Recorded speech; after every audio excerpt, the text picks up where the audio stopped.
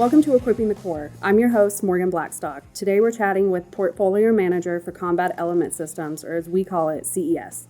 We all know communication is paramount on the battlefield, and CES is the central hub for command, control, communications, and intelligence equipment. At the head of the CES charge is their fearless leader, Colonel Ross Monta. Colonel Monta, welcome to the show. Thanks, Morgan. Before we get started, thanks for being my first guest this season. I know you don't love public appearances, so I'm honored. Yeah, we'll see if you say that at the end of this. I'm sure I will. We'll just have you on again after the end of the season. Okay. Can you share a little bit about yourself and your Marine Corps career? I joined the Marine Corps back in, 95. It's been a few years at this point. I became an artillery officer out the ghetto. From there, I went to security forces and then back to artillery. As a battery commander, I did fight in OIF-1 as a battery commander going from Kuwait up to Iraq. From there, I went to Monterey and got my master's degree. Beautiful weather. Yeah, absolutely gorgeous there. My wife actually, that was her favorite duty station by far. And then we came here, and I haven't left. I've been here since 2006. Do you like it here, or do you prefer Monterey? I prefer 29 Palms as an artillery officer. Shoot, move, and communicate. That was the greatest experience as a battery commander. It's more fun as a company grade officer. But I love my mission here. I love being an acquisition Marine. I think it's been extremely fulfilling, and I think I've made a good impact on the Marine Corps. But I'll leave that to be said by those that work with me. Why did you decide to become an acquisition Marine? Honestly, when I got here, I was in a position where I either had to switch MOSs or I was probably going to be told that my services were no longer needed by the Marine Corps. Because of the timing with going to get my master's degree, it made sense for me to switch over. I had done fairly well here. In a short 3-year tour, I had been selected to be a PM as a young major. So I was doing well, and I liked it. I liked the impact I was having, and so I decided to switch MOS. Okay, so when you came here from MPS, was the payback? That was my payback That tour. was your payback, okay. Yeah. Were you in CES at that time? No, actually, most of my career here at Systems Command was in enterprise IT. So the old portfolio SES and PG-10, that was where I served the most of my time here at Systems Command. So you were here when they did the big switch to PEO Digital. And I was actually in SES when that switch happened. I actually was the deputy PEO for the Marine Corps for PEO Digital for a short period of time. So you have all the background information. Yeah, I've been here a year or two at this point. So why did you join the Marine Corps?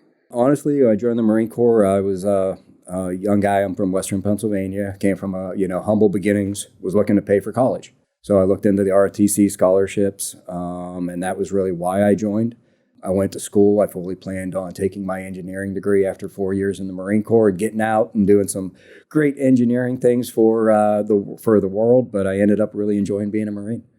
We've had a few folks from your team on the show, but can you give us an overview of your portfolio and some of the programs? Command Element Systems is pretty diverse, right? So it has the basics of Command Element, right? We've got the command and control systems. We've got the communication systems, which is the ground radios and the SATCOM and terrestrial capabilities. It also has the command and control applications, the data infrastructure for the tactical edge, and the infrastructure that goes to the tactical edge.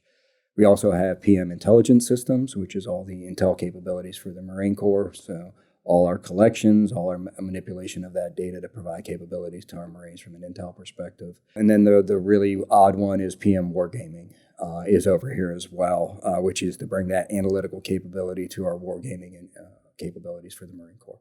And I know there's a lot going on right now with PM wargaming.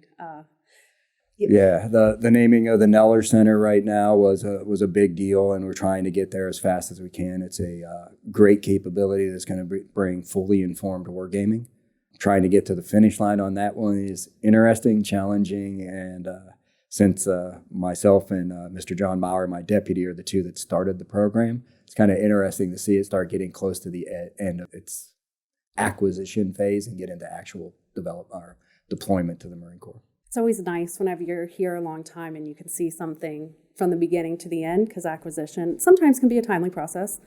So being able to see something grow is always nice. Absolutely. This will be the second program that I've been able to see almost to completion I know it's a bad term in the Marine Corps, but McKeats. I was actually the first deputy in the program office, and then I was actually the PM when it got to IOC. I was a project scheduler on McKeats back in the day. Okay. Yeah. Awesome. You don't hear about McKeats much anymore. It was an interesting program. I try not to use the term McKeats, but I try to use all the lessons that I did learn as being the deputy, the PM, and seeing where it was successful and where it wasn't for the Marine Corps. And a lot of those apply to what we continue to do here in Systems Command. You always have to learn from what worked and what didn't work. Yeah, I think that it's okay to fail fast. It's okay to learn from your mistakes. I think the ACMAC put that out in his white letter, One TAC 23, Yes. that it's okay to make honest mistakes as long as we're learning from that and moving forward. So I try to leverage those things and make sure I don't repeat my mistakes. This might be like me asking a parent who their favorite child is, but do you have a favorite system that you've worked on, or one you just talked about a few that you've worked on from beginning to completion? I'll answer this kind of how I answer, when I talk to industry. I'm an equal opportunity hater. I hate all my programs equally, right?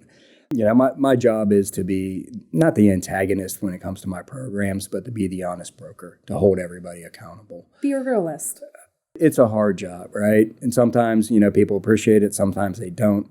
Program managers have to make very, very hard decisions, right? And if we make it too easy, if we tell people what they want to hear, really it's not doing justice. We're not being good stewards of taxpayer dollars, and we're not fighting to give the Marines everything that they need, right? We're placating, and we're not doing it quite right. That being said, I'd have to be honest that my favorite program was probably my first Tactical Collaborative Work Suite back in 2006. We fielded basically a data center in a box to the Fleet Marine Force as an Urgenons. Okay. Do we still have that today? No, we do not still have that.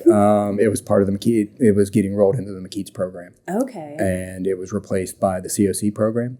This might be a silly question, but in the field with those types of capabilities, that must take up a lot of space. Right. So now it's just, you can just carry it on your pack. No, so that's not what we've done is we put it on the commanders to be responsible for the tents, tables, and chairs, because from a capability perspective, that's not really what we're supposed to do. It's really the capability, right? So the ability to have the tracks, right? The enemy friendly and tracks on a screen, right? And that to be correlated with other sensor information. And it's the technology and the capabilities that are more important. So we wanted to focus on that, the network infrastructure, vice, tents, tables, and chairs. The other equipment that comes with they manipulate that from command to command of how they want it set up. So if we were feeling gear, they would typically not destroy it, but they would customize it. Right, but make it work for them. Right, but what stayed consistent was the IT infrastructure, right? Okay. The networking and the command and control applications and those things would remain constant, but everything else would get changed. So we figured, from a requirements perspective and being good stewards, it just made sense not to provide the things that would get destroyed, manipulated. So tell me about your people. How large is your team? What makes up Team CES? I've heard that you're all pretty great over here. Oh, I think we're pretty great. I won't sound like some other folks that say mine are the best of the best of the best of the best of the best. You can. It's okay. Well, I don't have to because they are, right? And they prove it daily. Throughout my career, I've been extremely lucky to be blessed with great people that I get to work with on a daily basis. These folks are truly dedicated to delivering capability to Marines. They take it to heart. A lot of them are prior Marines. They have family that are in the service, or they've just decided that this mission set just suits what they want out of their life. Their sense of pride in what they do is phenomenal, and I absolutely love it every day with them. When we have meetings and I'm making decisions, they do not shy away from the hard conversations with me. What you like? Which I really enjoy. I'm not sure how many of them truly enjoy it on occasion, but we seem to walk out everybody a little bit better for the conversation. Even when I'm upset with maybe the decision or some of the actions that maybe have missed a tad bit, I am always impressed with the people and their dedication. And when people own up to it too, it says a lot. Yeah, they own it and they love what they do, and so I love it. I noticed in the hallway you have a periodic table of management and leadership. Is that yours? No, somebody had that the one day and I saw it and I absolutely loved it. So I asked them to put it there. so that I could look at it. We laughed pretty hard about it. I don't know if you noticed, but I also have quotes on my door. Oh, I didn't notice that. No. Yeah. On the way out, I'll take a look. Okay. You got to be real. And if people know you're human, I think it goes a long way. Because like one of my favorite quotes on there is by Teddy Roosevelt. Nobody cares how much you know until they know how much you care. Very true. I try to be very human, very down to earth. Yeah, I'm the colonel. I try to be careful You have a of few the thing. nicknames. I might have a nickname or two, and I might have a reputation, but I try to live up to the good parts of my reputation. You just get stuff take care of done. my folks. We'll see. Everything we're doing here at Systems Command is critical to the way that we're modernizing the force for Force Design 2030. And your program does have a front row seat in that. Can you tell me a bit how what you're doing aligns to Force Design or supports Force Design 2030?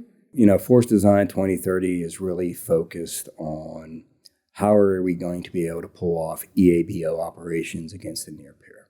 When you start talking about the tyranny of distance and what it means to be at the tactical edge in an environment where we do not have air and radio superiority on our enemy, what we do here becomes paramount in a disadvantaged environment, right? How am I going to communicate? How am I going to, and I hate buzzwords. I think most people that know me know that. But I will talk to, a little bit of platitudes of, the kill web, right? How do we close a kill chain? As an old artilleryman, the mantra was shoot, move, and communicate, right? That last piece, especially in Force Design 2030, becomes one of the most critical. Because we need to be able to talk to one another. You have to be able to give the target information to the shooter. So, between my intel systems, which is the system that will probably sense something along those lines, make sense out of the data, the correlation, pass that target into a C2 system for a commander to make a decision on, and then pass that information across my communication pipelines down to a firing, unit to be able to engage the enemy. It all ties in. Every piece of my organization does. And then even if you tie in wargaming, that's helping us figure out how that's all going to look when we get to Force Design 2030, as we are freaking looking at new capabilities and new things that the Marine Corps needs and integrating those into that very robust infrastructure to close kill webs. How do the Intel systems and the C2, your systems from CES, do those tie into our other portfolios? As we're thinking of the kill chain and the kill web, are we also taking your systems and putting them into like JLTVs? How is that going to function? Or working with our fire support systems? Do those tie together, or are they separate systems completely? They are separate systems, but we have to tie them together. Okay. Right? So when I start looking at like my PMC2S team, they have CDN, which is the hosting platform for a lot of our capabilities, right? A FATIDS, which is a fire support system, will be expected to ride on that system. Okay. Right? Our radios will be incorporated into the different vehicle platforms. NOTAM, Network on the Move, is one of our systems that is put into different vehicle systems as well. So a lot of interoperability between. There are. Yeah. We look for CD&I to tell us what systems that's supposed to work on and how it's all supposed to be done. But like everybody, we're all overtasked and under-resourced. We do a lot of it internally, trying to make the best out of what we got and to look at efficiencies, because typically we're given requirements that are stovepiped. Build this wicket, and here's what it has to talk to. What we find is there is a lot of redundancies amongst the different systems. So we're trying to maximize efficiency, reduce that redundancy from a hardware and a software perspective so that we can reduce the equipment that a Marine has to carry to the field, whether it's a grunt or an entire unit from a comm equipment perspective, and make it more efficient, resilient, and swappable. It will be there someday where I can put Intel software on C2 hardware, right? So that the commander doesn't have to take a set of Intel hardware. Two separate pieces. Yep. And so it can be interoperable. And if he has to make that hard decision, or if a piece of gear gets broke, he still is fully operational capable because it can run either the C2 or the Intel or both sets of software on one piece of gear. So he has resiliency at the tactical edge. What are your thoughts on how to, I don't want to say remove the red tape, but make requirement building more efficient instead of stovepiped? One of the things I try to look at is how we work with CDD, right? They can write changes to requirements relatively quickly. for me, how to remove the red tape is you have to have a base requirement of some sort. Yes, we have antiquated old ones that have a ton of updates to them, which becomes cumbersome, right? When you try to do requirements traceability matrix, it becomes very cumbersome. If we have a good working relationship with the FMF, CD&I, CDD specifically, McWill, our vendors, and our PM guys are looking at what we can do, we can have a conversation about what is important and what is not with the budgets we have, right? Because that's the one thing we can't change really fast is our budgets. The PBBE is cumbersome. What's the PBBE? Planning, programming, budgeting, and execution, right? It's the model for how we get our money, right? You're familiar with the PALM cycle. You've heard that term, right? The PBBE is the overarching thing, right? So you have into the planning, programming, budget year, and then execution year. Okay. Right? Typically at Systems Command, we inform the planning and programming, and we are intricately involved in the budget year, right? And the execution year, because execution's all us for getting the gear out the door.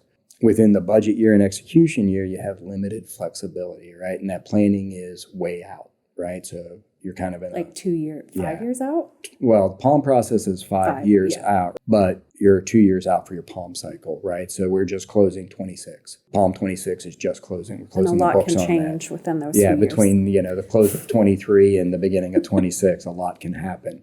And so you do have your budgets, but those requirements, as long as you're able to have good conversations and find where they're willing to accept risk, the fleet and us, we can get to a solution faster. Now, we also have to bring in what we do here. Contracts can be inflexible sometimes. I don't mean the competency. I mean the actual written contract itself can be inflexible.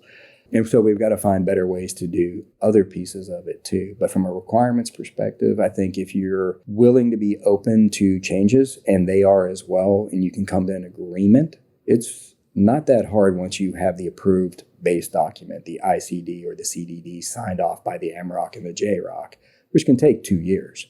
But if you have a base document that you can modify and write letters of clarification through, right now at CDD, it's General Lightfoot. And he's been great about it, and so has a lot of his predecessors. We can make changes relatively quickly, and if the budget and the contracts allow, we can actually get after things a little bit faster. Okay. So we are making progress there already. Fellow colonel that just recently retired over there, him and I made a lot of great agreements over the last 2 years, and we codified them with documents that enabled us to continue to pursue capabilities and award contracts that make sense and get after capabilities that are viable within the budgets that we have. And especially with the systems you work with, technology changes so fast. And so to make sure that we're keeping up, we have to constantly probably change our capability or update our capabilities. Yeah, and it's not easy. We're still, building onto legacy systems. At some point, and again, I'll reference back to the ACMAC's white letter guidance to the force about where do we take risk now, i.e. sustaining something and maybe not modernizing a current piece to leapfrog to the next technology so that we're setting the conditions for faster iterations on more current technologies by building onto legacy systems and creating, a Frankenstein capability. So there's going to be a balancing act between that, and it's not going to be easy. Change is never easy. Change is never easy, but we don't have the budgets to do both. The Marine Corps gets a lot of money to do its job, right? And to buy and procure things and acquire things for the Marine Corps, but it's not enough to do everything, right? So we're going to have to make some really hard decisions and be very creative in how we think. So there's been a lot of buzz around JADC2, Project Convergence. Overmatch. MAGTF C2 MVP. But what role does SysCom play in these projects? We provide some equipment for some of the experimentation that's going on, but really we need to be the expectation managers when it comes to these capabilities. JADC2, I won't say is a buzzword, but it is ambitious, right? It ties into MPE as well, as you talk about that, Overmatch, a MAGTF C2 capability that a lot of people talk about as well. When it comes to those ambitious goals, like we were talking about earlier, there's budgets. There's constraints, right? And we can work within those constraints. But again, there's limits to it. There's current capabilities. There are documents like PDocs and RDocs that affect our budgets, right? That become part of law. We tell Congress how we're going to spend it, and then they approve it exactly that way in law. And you can only spend it that way. Unless we go back to Congress. Yeah. So we have to be the ones that are, when they're coming up with these ideas, not to say no, not to argue about whether they're good ideas or bad, but to talk about this is what we can do. These are the budgets. This is what we currently have planned. If you want to make that change, here's what it's going to take. And we can be looking to the future, and we can be looking at new capabilities that will enable us. But again, we have different constraints, and there's that three-letter word that gets in our way called the LAW, the law, right? It does govern how we can do things. Now, there's a lot of room in the gray. There's a lot of things that aren't explicitly we're told no, and we need to exploit some of that, right? There are new capabilities and new things that we can do in acquisition. But if you don't know what the no's are and what the yeses are, you can't run in that gray area, right? And get your job done. Long way of saying our position in this should not be to say no, but to explain the limitations, explain what we can do and what is technologically feasible with what we currently have and what we're planning on doing. And if anybody wants to make a major shift, our job then would be to also explain, here are, and I refer to it as unnatural acts, right? Going back to Congress and explaining a major change, right, in the budget year, because that's hardly ever received well. Does that happen often or no? No, it doesn't, because typically when you show a change, right, especially if it's just a program office, Congress doesn't like it and they will rescind your funds, right? Okay. They will do they don't like you changing your story, right? Because, hey, no, you had a plan, now it changed, and if you can't explain it well, you're not being a good steward of taxpayers' dollar, right? Like, why is it suddenly changing? Why are you suddenly changing, right? So if something is that important that the Marine Corps, and I don't mean Systems Command, the Marine Corps is going to make a change, we're really going to have to get a Marine Corps message together, because it isn't going to be a portfolio manager or a PM that goes up to Congress and can explain it. It's going to have a little bit more weight behind it, so that when our senior leaders are briefing Congress, the story flows from them through us and our programs and our planning and our experimentation and the whole kit and caboodle of how we're doing these things. I'm learning a lot more about congressional lately. I'm sorry for you. I know more than I ever wanted to about congressional stuff. Oh, yeah. I'm not a politician, and I don't want to speak badly of our congressional. I agree. Yes, they're great people. They are. They're important. We need them. We do. Much of Force Design relies on the feedback from wargaming and various scenario development. How have you been involved thus far, and what do you see your role in the future? So I've been on the periphery of most of the war games that have happened, right? Where Systems Design is really on the receiving end of most of that. Kind of like we were talking about before, we inform, right? Here's current capabilities. The war games inform based on capability gaps typically. Okay. Right. A lot of this experimentation, I would say we watch and we try to make sure that we gather the right information from it.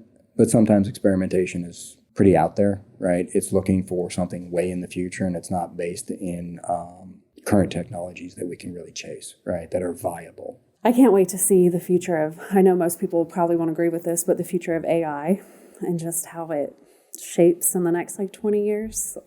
It's really interesting. I think even in the short term, its ability to help us do, increase the OODA loop, right? The Boyd cycle for our commanders. I think that's going to be phenomenal. Its ability to correlate data, to be able to provide options to a commander that as it's developed, it will get more reliable. That reliability and speed for decision makers to have not just data, but information. It saves lives. It will help do a risk calculus for commanders. And that risk is near and dear to my heart, right? As a prior Marine, I'm not a prior Marine, but as a Marine. You're still a Marine, sir. But as a Marine that's been in combat, those hard decisions, having to put Marines in harm's way, right? The more information you have, it's not going to eliminate that risk, right? Or the feeling that comes with it. Or the feeling of putting somebody you think of like a child or a brother or a sister, one of your Marines. There's nothing easy about sending them on a patrol. There's nothing easy about moving forward in combat. It's not a comforting feeling when you have no data, when you're told just move forward. So for me, what we do here as a combat veteran, it means something. what that data does, what our C2 systems do, the ability to have more informed decision making for those commanders. I take it very, very personal. Okay, we're going to backtrack a little bit to last year. Your team awarded a contract for a multi-channel handheld radio system that had an initial savings of $82 million, which is quite incredible. Lots of money for taxpayers' dollars. Are there any updates that you can share with this program? I mean, the only update I would have on that is we continue to execute on that contract to get our capability up and moving for the handhelds. The testing has gone well on the assets, and we're moving forward with coming up with the fielding plans to get those capabilities out to the fleet. That's great. Yeah. I know they're excited to see them. It's, critical because, as most people know, there is a crypto compliance mandate from NSA. The award of that contract and some other efforts that we're moving forward with, the Marine Corps is on track to actually meet the crypto compliance mandates on the timeline set by NSA. So Marine Corps is actually in a really good position right now when it comes to crypto compliance. We've talked about this a little bit, but we're always talking about partnerships and how they make us stronger. Can you tell me a bit about, we've talked about your relationships with the other PMs and PIFMs here at Systems Command, but what about some of our sister services or foreign partners? I don't know if you've heard of the home-on-home meetings that we have with the Army. Yes. Those are a great effort. We even have a embed in my PFM from PEO C3T from the Army, right? And he helps us do that coordination in those events. So we do leverage, especially in ground radios, a lot of Army equipment and contracts in testing, right? Okay. So we leverage work they've done. You mentioned the multi-channel handheld. Well, it's the same radio as the Army, but we did not use their contract. But we leveraged all the testing that they did before we went out and competed that contract. And that speeds up our acquisition process on our side, correct? Yep, significantly, right? We're a little service. We have a lot less dollars and a lot less AAO, right? Acquisition objectives for capability. So they're big dollars at testing. They're big dollars at contracts. We leverage a lot, It's not just the Army. We leverage the Air Force as we start looking at the work being done on M-Code and compliance with that mandate in the NDAAs.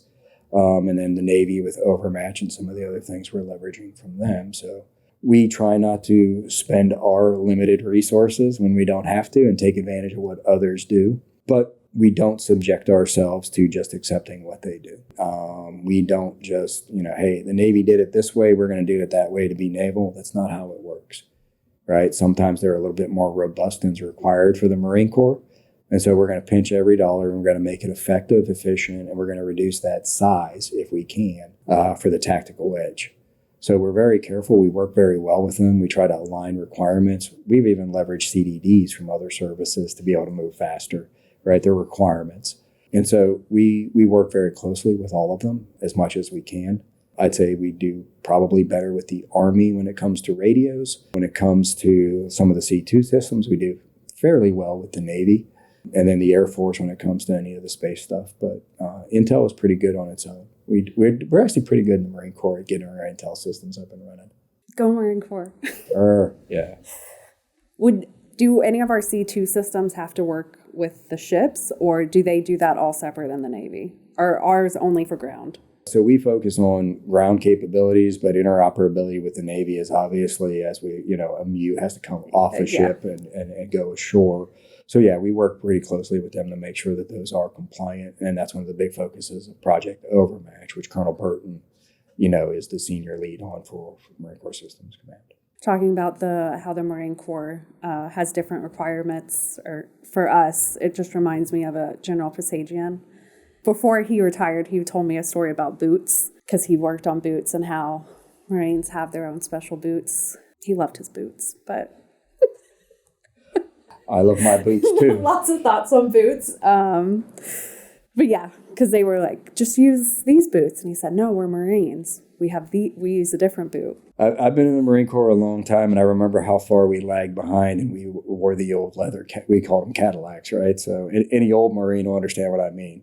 Marines were stuck in the black leather boots for a long time as the other service modernized their boots. So I can appreciate his vigor for the nicer boots that we now have, right? That don't require a break-in, right? There's a lot of advantages to what Syscom brings, Yeah. right, to that Marine specific mentality that we carry forward and getting the best out of what we do every day. Because Marines, every pound matters. And boots take you everywhere. You're wearing your boots every day.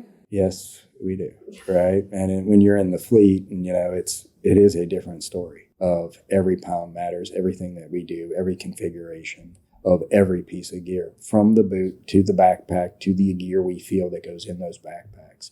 It all matters. The impact I have had in almost 20 years at Systems Command will outlive my time by a long shot of what I have been able to help people field and get out there. I've done very little of the work, right? I've had some great, phenomenal people do some Don't awesome sell yourself things. short. Okay, I didn't think we were going to talk about my height. That's just not nice, Morgan. Come on. We know I'm the short, angry colonel, all right? We don't have to cover that on here. You brought it up, not me. We can talk about the little man syndrome later. You've said that since you've been here, you feel like you've made an impact. I mean, you've been here almost 20 years. Almost 20 years. By the time you retire, if you ever It will retire. be 20 years when I retire. Yeah. You've made such an impact, not just here. You've, as an acquisition Marine, before you made the switch to acquisition, but is there any advice you would give a Marine that's considering transitioning over to be an acquisition MOS? It's not an easy decision, right? And again, I'm going to refer back to it. I literally just had a discussion with my Marines on the white letter. Commandant said, we chose to be Marines to fight. That's why you become a Marine, is to fight, and we fight every day to be the first to fight. White letter motivated me. I'm not kissing the ACMAC's rear end, but it was phenomenal. It was motivational. It was great. And so you say that and you put that context in there, and then you go, why would any Marine switch to decide to be in a seat for the rest of their career? Do you miss it? I do and I don't. So I talk to the Marines a lot around here, and I talk about being a lieutenant and a captain, being a battery commander. Company grade is probably the best time to be in the fleet, right? But as you mature into a field grade and a senior field grade officer like I am at this point, your impact and your ability to be around those Marines, you're still around them. But you have a back, kind of I'm the guy walking around, I'm being nice. Being a field grade officer here, the impact that you continue to have, right? And I said it a little bit earlier. The dedication you have to make sure Marines get gear that won't fail, gear that is sustainable, supportable, will enable that mission, will make that commander comfortable in his decisions, enables him to call for fire to protect his Marines, right? You barely would influence that even as a regimental commander in the fleet. Yeah, you're guiding, and that's what we do, right? I'm not taking anything away from my fellow colonels. God, I love them, and I'm envious of their commanding, and then they're out there doing it. But I'm the guy giving them all the gear. I'm one of the guys giving them that capability, the ability to freaking maneuver and control and engage and scare the hell out of our near peer that a Marine colonel is going to come at him with a regiment that can destroy him. But I'm the guy doing all that. I'm setting the conditions for how the Marine Corps is going to continue for the next decade, at least. You're still fighting, just in a different I'm way. just fighting. As Chesty Polar would say, I'm just fighting in a different direction. I'm surrounded and I can fight in any direction. I'm just the guy doing that piece of the fight, right? The man trained and equipped, piece of the Marine Corps. We're the equip, right? You can't fight if you don't have equipment. And a lot of people don't know about Systems Command. No. What we do here is we're saving lives. It is, and it's a hard job, right? And I laugh a lot, right? Because another one of my quotes, I don't know who said it, it's on my door. Anything's easy to those that don't have to do, right?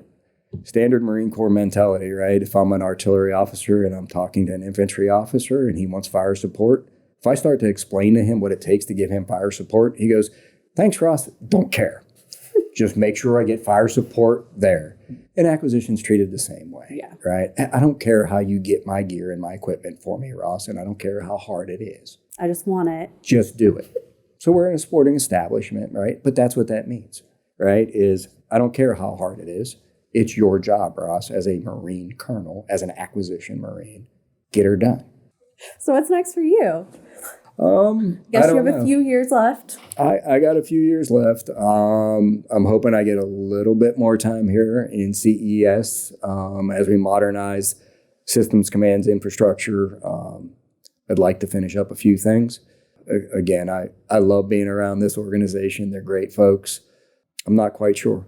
I get hit my 30 and 25, which means I have to leave. Marine Corps is going to tell me I don't have to go home, but I can't stay here. See you later. Yeah, pretty much. But I'm hoping I get to finish up a few of the things here. Some of the integration work I'm helping the team get through. We're driving them to get through. Maybe see a few more of the projects. Maybe end. finish up a few things. Yeah. I look forward to helping the commander do some of the things he's looking forward to with his modernization of the command. Yeah. I'm a Marine, as directed, right? And I've been aggressive about it my whole career, unabashed and unashamed at pointing out things. We know. Yeah. Again, I try to live up to the good parts of my reputation, Morgan, and I'll keep trying to live up to that as I go. POLS, or Program Executive Land System, they also have C2 capabilities, AC2SN. Right. How does that differ from what we're doing at Systems Command, C2 capability-wise? CAC2S, AC2SN, right? All the different acronyms. It's air-focused, right? A lot of the things in CAC2S are about safety of flight, command and control of aircraft, right? And yeah, they're focused on the air picture and how that ties in. There is some redundancy, right? That COP, that Common Operational Picture, that they provide for the air and the ground one that we provide with our C2 capabilities. The integration of those, when you hear the term MAGTAF C2 from some of the seniors, and it's in Force Design 2030 Update, the MAGTAF C2 MVP, they're talking about bringing in at least those two COPs, the air and the ground COP together. There is a desire for an Intel COP to be fed into that as well. And along with cyber and all the different warfare domains to be brought into a single COP for seniors, right, above the regimental level to have that capability. The overall picture within the one. Within one thing, right? And so they're focused on air, we're focused on ground, there's other people focused on other things. But as the Marine Corps focuses on that MAGTAF C2, you'll see some of the integration be emphasized between PEO land systems and the systems we have at over here in Systems Command. You'll probably see some integration of the GCES, like AFATIDs, right, the fires capabilities, because that's how we're going to get to that better in the future. Again, limited resources, limited time, limited everything. It's aggressive. And we're going to have some folks that think outside the box to try to force us to get to that consolidated view. And that doesn't mean people have to sacrifice or change. It just means we have to be a thinking organization and find ways to get to better that don't break things. Okay. Now it's time for the most exciting part of the interview. Yeah, I hate surprises, but okay. We like to do the lightning round. So these are going to be 4 questions that I'm going to ask you, and then first thing that pops in your head, just say it. Are you a morning person or a night owl? Morning. What's something on your bucket list that you haven't done yet? Oh, geez, and rice gone to Italy. Italy? Yeah. I'd love to do one of those food things, those cooking tours of Italy. I would love to do that. I went to Italy last year. I'll tell you all about it. What's a TV show, book, movie, or podcast you'd recommend?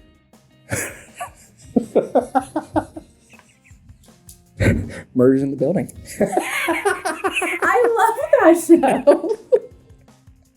Of course, everybody's go, really? That's what the Colonel said.